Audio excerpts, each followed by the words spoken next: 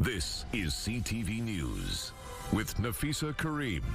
To come back and forth to Canada again is super nice, and it's the politicians have their issues, but we're still friends with all our Canadian friends. Yeah, Port Angeles brings all sorts of people downtown. They love it, so it's like welcome, welcome, welcome kind of thing. A link between nations. The U.S. welcomes back Canadians on the Coho with a party, despite tensions between the two countries. Also tonight. In my mind, and which I can't get out of my mind, is the fact that these are kids that are dying in Ukraine. We have to do this, and we have to keep doing it until this war is over. The South Island Humanitarian group plans its 5th trip to Ukraine. How you can help in their mission to set up a blood bank for kids. Plus, Adam meets a Sioux woman whose garden is blooming with chandeliers. Later on the Sawatsky sign-off. Good evening. Thank you for joining us. We begin our newscast with a celebration across the Strait of Juan de Fuca. Canadians ferrying from Victoria to Port Angeles were greeted by hundreds of people, a marching band, and the maple leaf flying proud. As CTV's Anna McMillan shows us, the festivities in the face of cross-border tension has the potential to forge a positive path for the coastal cities.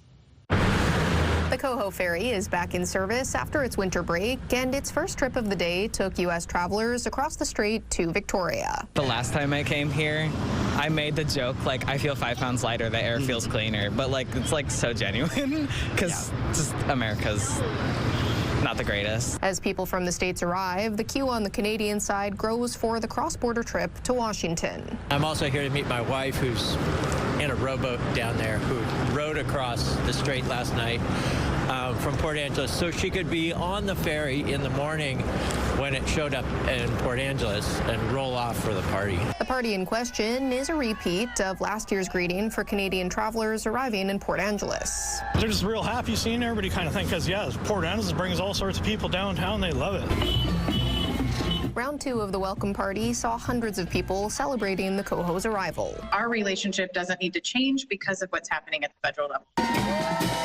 Port Angeles' mayor says that doesn't mean her community is pushing Canadians to come over. This is also just a reminder that we will be here to welcome them when they're ready. A survey of more than 1,000 people shows roughly 6 in 10 Canadians are less likely to visit the U.S. this year than last year. The survey, commissioned by travel agency Flight Centre Canada, finds various factors are at play, including the political climate, safety concerns, and cost. I don't blame you at all.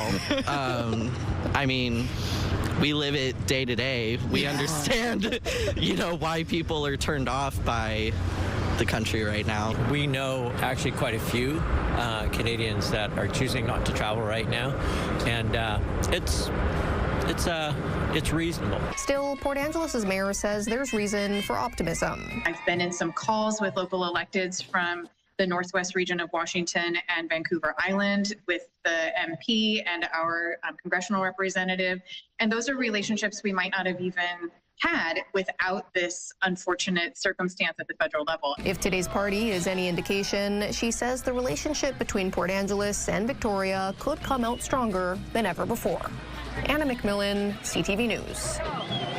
The national president of the Public and Private Workers of Canada, who represents the Crofton pulp mill workers, is calling on the federal government to help support the hundreds of workers who lost their jobs.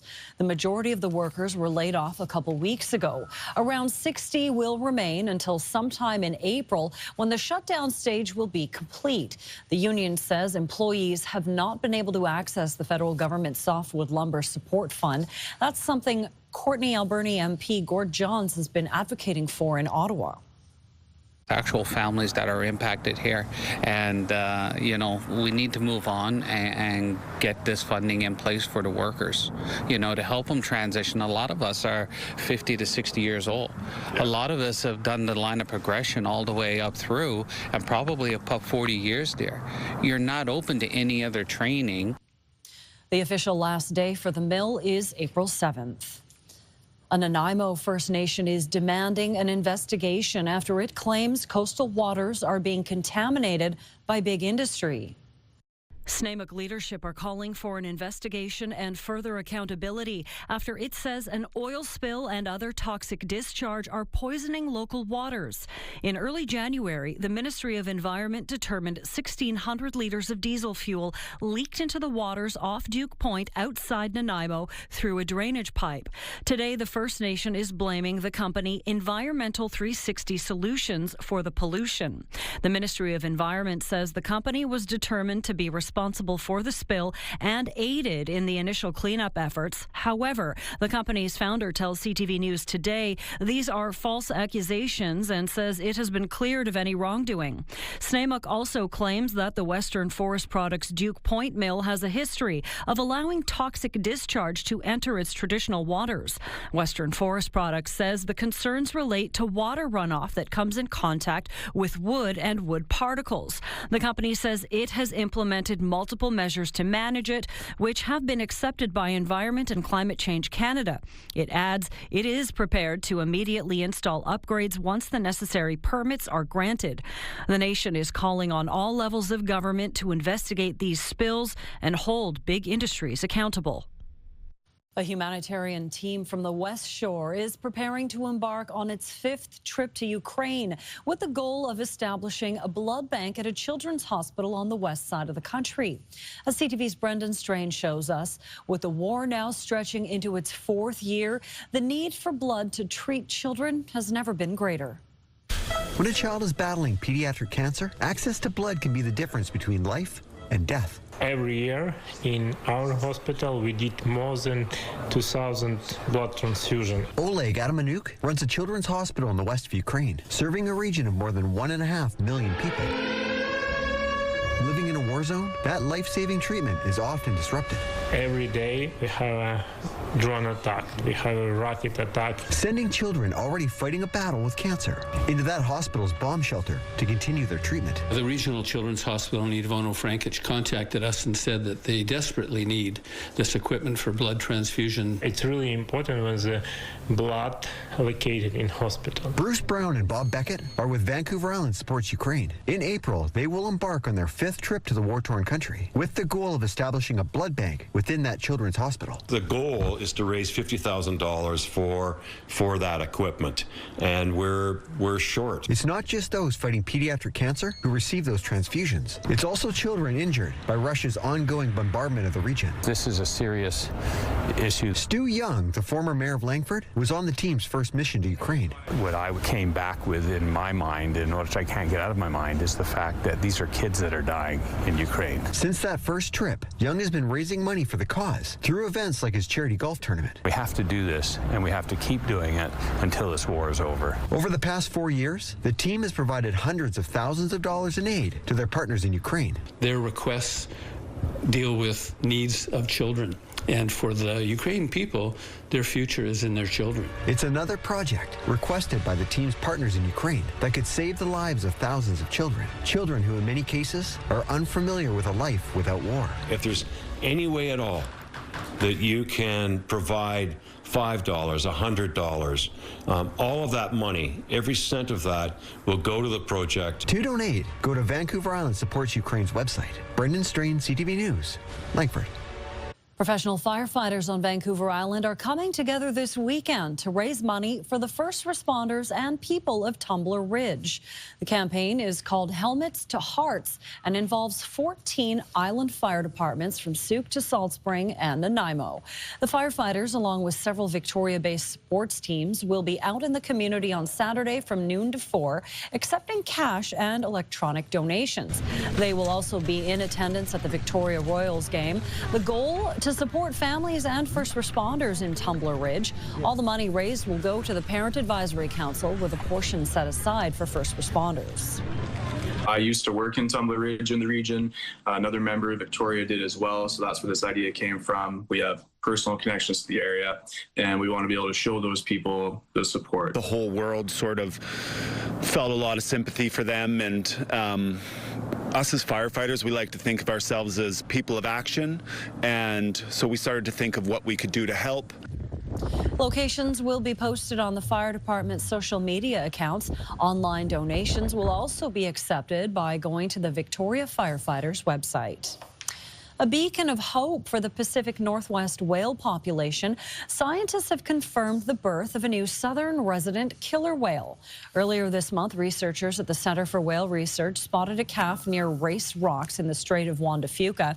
The calf was given the designation L129 and seen swimming alongside 2 different female orcas. It's unclear at this point who the mother is. Researchers warn it is early days for the calf and conditions are difficult for killer whales. It's a relatively high mortality rate early on, and it's especially true for this particular population of whales. So a new calf is always great, right? Everyone loves a baby, and it's something to celebrate, something to be hopeful about. I would, manage expectations at the same time, unfortunately, from what history tells us. One of the whales the calf was seen swimming with is 49 years old, which makes her exceptionally old to be the calf's mother. More encounters are needed to determine the baby's health and who the mother is. You are taking a live look through the harbor cam right now. 2 degrees, a bit on the chilly side. Tomorrow looking chilly as well, but then we do warm up. But with that warm up comes some wet conditions. I'll have all those details, your forecast, after break. CTV weather brought to you by Expedia Cruises, customizing dream vacations with unbelievable value. Call or learn more at expediacruises.ca. What makes West Shore Parks and Recreation a perfect place to play? It's our staff, working behind the scenes to keep the pool safe, kids engaged, and programs thriving. So apply today and join our team.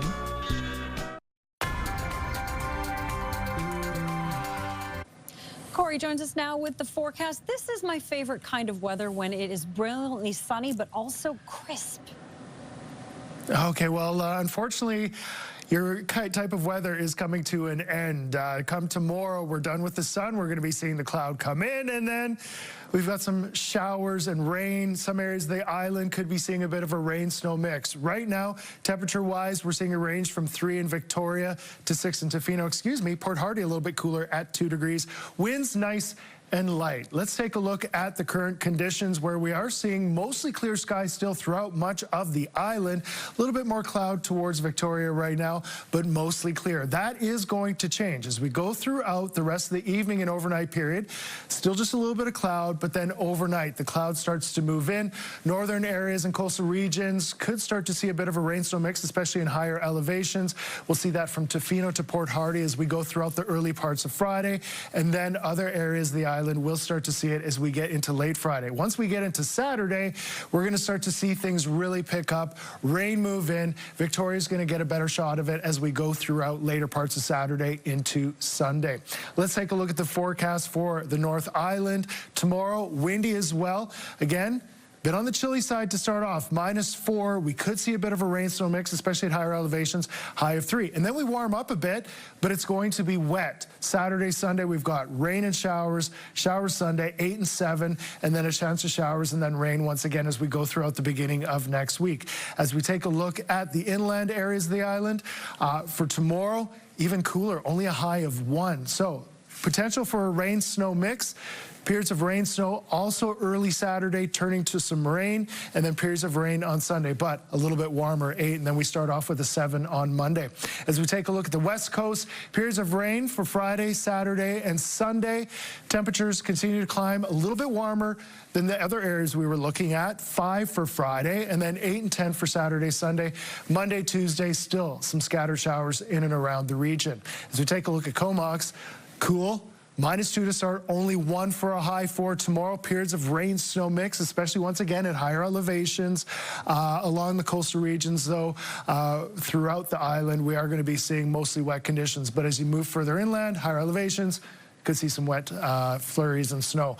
Periods of rain for Saturday, Sunday. Temperature continues to climb as well. And as we take a look at Nanaimo, slight chance we could see a rain-snow mix as we go throughout the early part of the day on Friday. We'll see some sunny breaks, but then that'll close in. And as we go throughout Friday evening into Saturday, it looks like rain and then a chance of showers as we kick off next week. Take a look at Victoria. Starting off at -2. The wind chill in the morning, it'll feel like -7, so it's a bit of a crisp start. Best chance at sun will be in Victoria. Mostly cloudy, but some sun breaking through and a high of 5. And then for Saturday, chance of rain as we go throughout the day. We see that on Sunday with showers, temperatures climbing, and then as we get into Monday, Tuesday, a chance of scattered showers. So the forecast getting a little bit on the wet side as we go throughout the beginning of the weekend into next week. And some areas, again, could see a bit of a rain-snow mix. CTV Weather is brought to you by Expedia Cruises for air, land, and sea vacations. Oh, it was nice while it lasted, though. Thanks, Corey. Well, the province is expanding access to nasal naloxone kits following the success of a pilot project. Alongside injectable naloxone, the nasal kits will now make up half of the more than 400,000 kits distributed annually. Naloxone is used to reverse the effects of drug poisoning or overdose from opioids. The nasal spray launched in 2024 and is something first responders have been calling for. We have seen the difference it's made. We've also seen the difference that injectable take-home naloxone can make. Between January 2019 and October 2025, close to 40,000 deaths were averted because of these kits. That is thousands of lives saved over the past 6 years. The kits will be distributed to 150 community sites and pharmacies across BC and will roll out in April. Well, you could soon be able to renew your driver's license and other provincial ID online. New amendments have been proposed for the Motor Vehicle Act, which would allow you to renew your driver's license, BC identification, and BC services card online, meaning you could soon skip the appointment at an ICBC office. However, renewals involving a change in a driver's information, such as name or address, will still require an in-person visit. If the amendments pass, the online service will begin next year. A blockbuster moment in British and royal history. The King's brother, Andrew Mountbatten Windsor, arrested by police on his 66th birthday and later released. He's under investigation for misconduct related to allegations that as Special British Trade Envoy, he shared sensitive information with convicted sex offender Jeffrey Epstein. CTV's Abigail Beeman has more. Police stand outside Sandringham Estate, home to former Prince Andrew, later seen leaving a police station in this vehicle. The arrest on suspicion of misconduct in public office comes after police said they were looking into allegations Mountbatten Windsor had passed on documents to the late sex offender Jeffrey Epstein while he was working as a trade envoy. It truly is a seismic moment for this country, and I think for the monarchy as well. Sir, what's your reaction to your brother's arrest? King Charles wasn't answering questions Thursday about his little brother, but released a statement saying he learned the news with the deepest concern and the law must take its course.